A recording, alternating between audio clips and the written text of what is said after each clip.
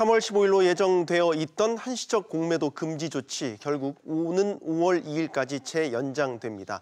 은성수 금융위원장이 공매도 재개 방침을 시사하자 개인 투자자들, 이른바 개미들이 반발했고 정치권까지 가세하면서 결국 금융당국이 한 발 물러선 모양새가 됐습니다. 그러나 공매도에 대한 갑론을박 계속될 것 같습니다.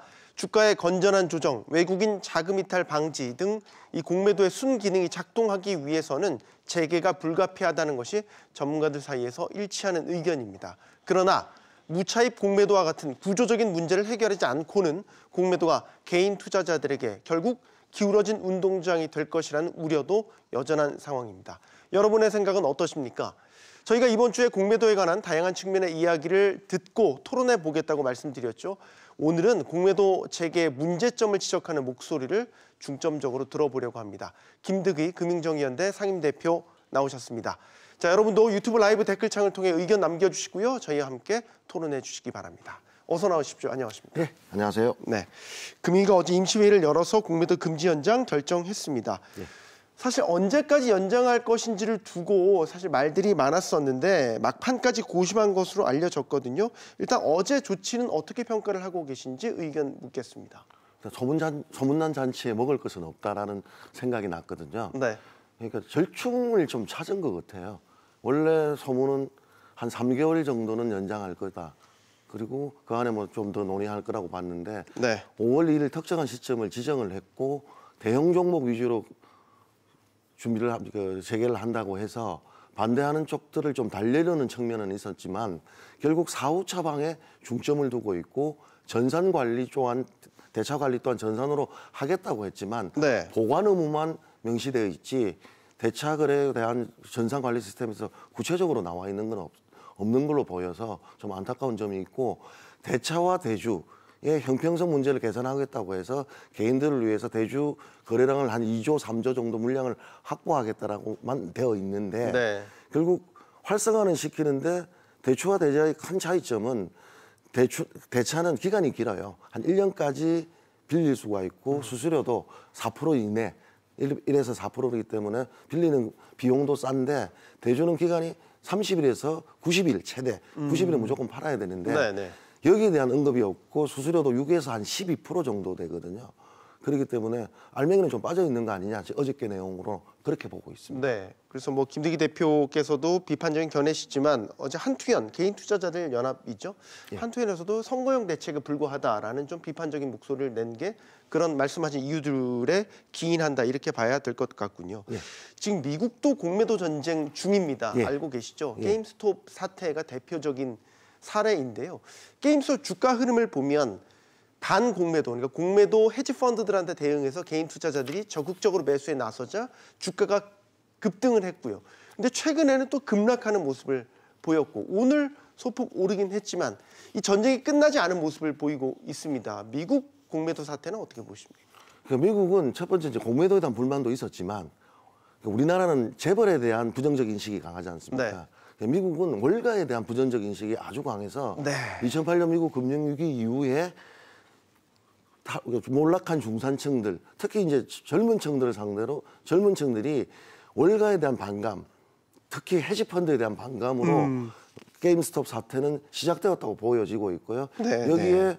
뭐 공매도 세력들이 주가가 너무 올랐다라고 하면서 전쟁을 선포하니까 시작이 되었는데 여기 이제 로빈후드까지 이제 개입을 하면서 주가가 이제 롤러코스터가 되게 되는데 네. 처음에는 잘 오르는 주가들가 매수를 갖다가 제한을 해버린 거예요, 개인이. 로빈후드가. 그러니까 한 3일 폭등하다가 폭락했다가 어저께는 이제 조정을 받게 되는 그런 상황이 되었는데 최대 한 20배까지 올랐다가 어제 주가로서 본다면 이제 조정장이 아니냐 이렇게 볼 수도 있는데 네. 여전히 공매도로에 들어와 있던 물량들은 남아있기 때문에 두 군데 정도가 멜빈 캐피탈 정도가 항복하고 나갔지만 물량을 가지고 있고 심지어 저는 지금도 공매도를 들어오는 세력들이 있다고 보여지죠. 네. 그러다 보니까 끝나지 않은 전쟁이라고 보여집니다. 이게 이제 그 로빈후드 이게 주식거래 앱이었잖아요. 특히 예, 이제 개인 투자자들이 많이 들어와서 로빈후드가 소위 말해서 떴는데 이 게임스톱과 관련해서 매수 제한을 하면서 이 한순간의 선택으로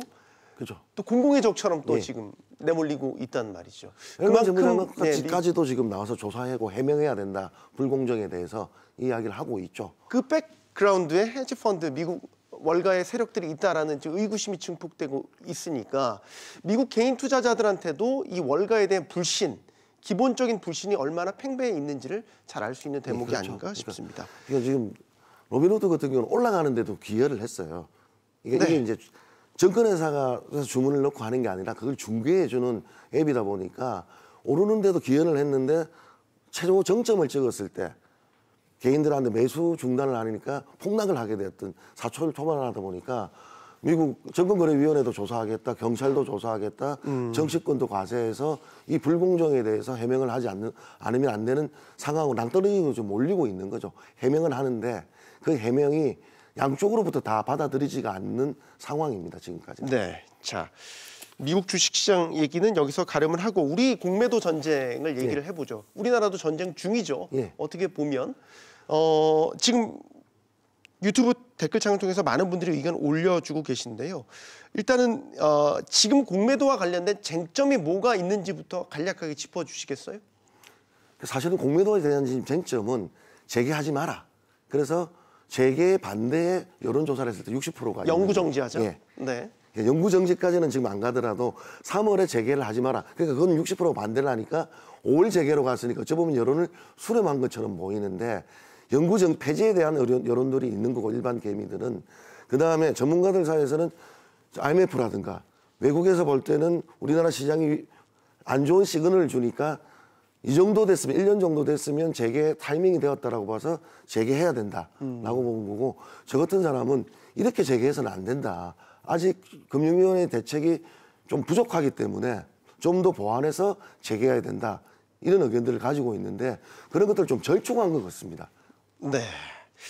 일단은 제도 개선의 구조적인 문제점을 해결해야 되는 거. 예를 들어서 개인 투자자들의 공매도에 관한 접근성을 확대하는 문제라든지 앞서 말씀하셨지만 불법 공매도를 처벌하는 기준, 뭐 법 개정을 통해서 좀 강화되긴 했지만 근본적으로는 뭐 아직 부족하다. 그다음에 감시 시스템에 대한 작동 이런 부분들을 이제 계속해서 지적하고 계신데 지금 유튜브를 통해서 의견을 주신 거는 그 말씀하신 그 감시 시스템 전상 구축하지 않았다면 재개하지 말아야 되는 것 아니냐라는 강경한 의견을 그러니까 주시는 분들이 지금 있어요. 이제 금융위원회 같은 경우는 원천으로 막을 수 있는 전산 시스템 구축은 불가능하고 힘들다 이렇게 이야기를 하고 있고요. 근데 지금 대차 거래에 대해서 우리나라는 아직도 수기로 이용되고 있거든요. 네. 그러니까 일반인들이 보기에는 아니 AI 시대에 어떻게 수기로 장부를 관리하는지에 대해서 납득이 안 되는 거죠. 그런데 이제 이번에 정부가 시행령 내놓은 안을 보면 대차 계약을 할 때 시그널 넘버 계약 번호가 있어야 되는데 주요 사항 입력에 그게 없어요. 그러다 보니까 대차 계약은 하고 이걸 전산에 입력을 할 때 원본과 틀린 걸 잡아낼 수가 없죠. 금융위원회가 발표한 내용들은 고도의 기술을 통해서 모니터링을 통해서 잡아내겠다고 하는데 원래 원본과 다른 내용들을 전산에 입력을 했을 때 전산에서만 찾으면 결국은 유령은 따로 있기 때문에 분란들이 많은 거죠. 그래서 제가 볼 때는 이게 좀 복덕방 전월세 계약서 같다는 거죠. 대차 계약을 할 때. 그게 뭐 시그널 넘버가 없지 않습니까? 계약 번호가. 최소한 계약 번호가 있어서 이 원본과 전산에 있었던 대차 거래가 일치하는지에 대해서 금융위가 끝까지 확인하게끔 돼야 되고 그다음에 보고 의무가 없습니다. 유럽은 대부분 시그널 넘버 계약 번호도 다 있고 보고 의무도 하는데 우리나라는 5년간 전산에 보관만 하게 되어 있고 이걸 좀 강조하다 보니까 저는 생색내기가 아닌가 이렇게 보고 있죠. 네. 공매도 차입 기간을 설정해 달라. 무기한 공매도는 곤란하다라는 의견을 주신 분도 있습니다. 그러니까 이게 지금 우리나라에서 좀 심하다고 보는 게 1년이에요, 최당. 그러면 1년 안에는 들어올 수가 있지 않습니까? 그렇죠. 네. 그리고 이제 셀트리온 같은 경우에는 작년에 주가를 JP모건이라든가 공매도 쳤던 대주주가 부정적 의견을 내요. 그래서 40만 원 같은 주가가 끌어내려오는 효과가 있었는데 그러면 1년간 담합해서 부정적 의견을 냈을 때 자신들의 손실은 메꿀 수 있는 거 아니냐는 의심을 가지고 있거든요. 그래서 동학개미들이 가지고 있는 제일 큰 불만은 두 가지입니다. 무차익 공매도를 못하게 막아달라. 그다음에 불법 공매도를 했을 때는 엄벌하게 처벌을 해달라. 그리고 그 피해 보상을 제대로 받을 수 있도록 해달라 하는데 불법 공매도에 대한 그러니까 무차익 공매도 말고요. 무차익 공매도는 법으로 원천적으로 금지가 되어 있지만 담합에 의한 불법 공매도가 있을 수 있지 않습니까? 예를 들어서 한미약품 같은 공매도 사태라든가 서로 시그널을 줘가지고 한쪽이 공매도를 하게 되면 다른 쪽에서는 부정적 의견을 내준다든가 그래서 주가를 떨어뜨리는 이런 거에 대한 제도 개선도 내용이 안 들어가 있고 가장 길었던 무차익 공매도 기간에 대한 기간 단축이 없다는 거죠.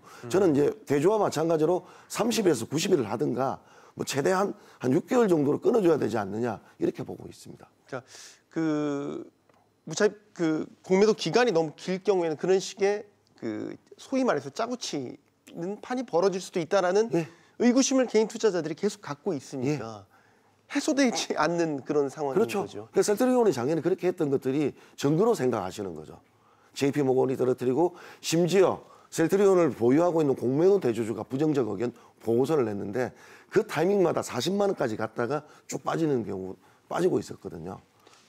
이렇게 여쭤보기. 김 대표께서는 그러면 공매도 재개에 원천적으로 반대하시는 거예요? 저는 개인적으로는 아니면은 반대를 하는데 공매도에 대한 순기능은 저도 인정을 해요.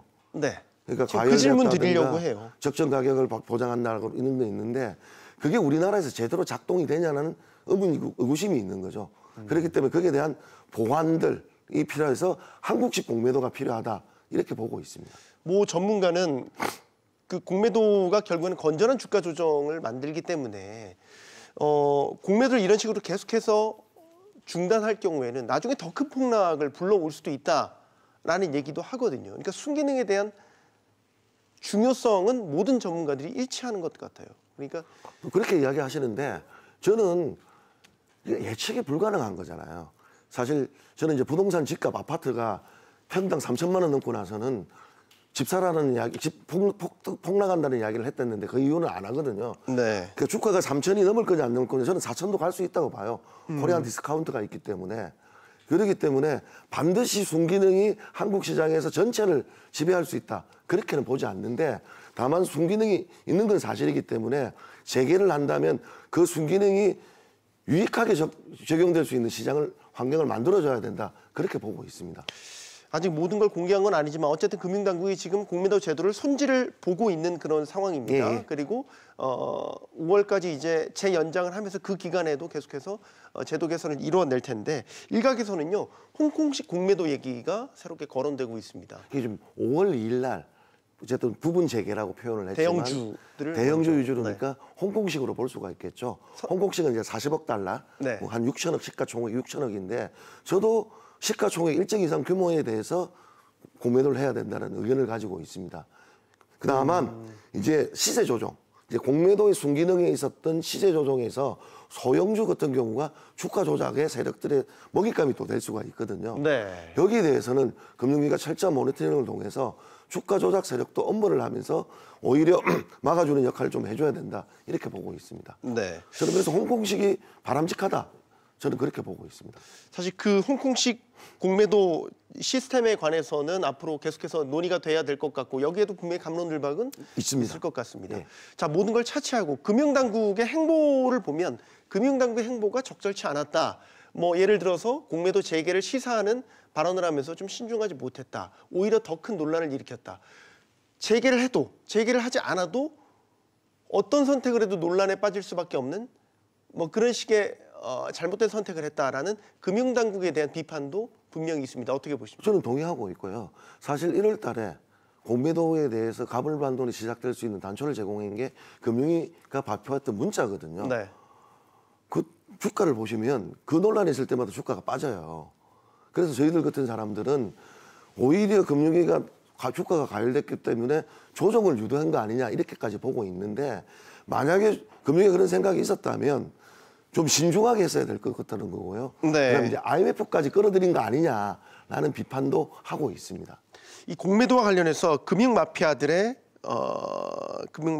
어떤 제 식구 감싸기 뭐 이런 식의 의혹을 제기해 주시는 분도 있는 거 보니까 저변의 공매도에 대한 불신이 우리나라 투자자들도 너무나 깊다, 짙다라는 거를 다시 한번 좀 깨닫게 됩니다. 그러니까 이게 두 가지 문제가 있었거든요. 삼성전 주식 유령 주식 사태. 네.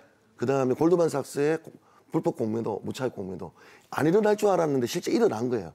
주식 거래가 없는데도 불구하고 무차익 공매도가 일어나니까 이게 모든 게 지금까지 왔던 내 재산상 손실이 공매도로 인해서 주가가 못 올라간 거 아니냐인 거였고 주가가 3천 이상을 못 넘어갔던 게 외국이 개입을 해서 못 갔다는 게 실제 공매도가 없을 때 개인 자금으로 지금 3천이 넘었지 않습니까? 네. 그게 의심이 확신으로 돼 있다 보니까 이 불신을 금융위가 신뢰 회복을 해야 된다. 저는 그렇게 보고 있습니다. 네. 어제 대책 갖고는 부족하죠.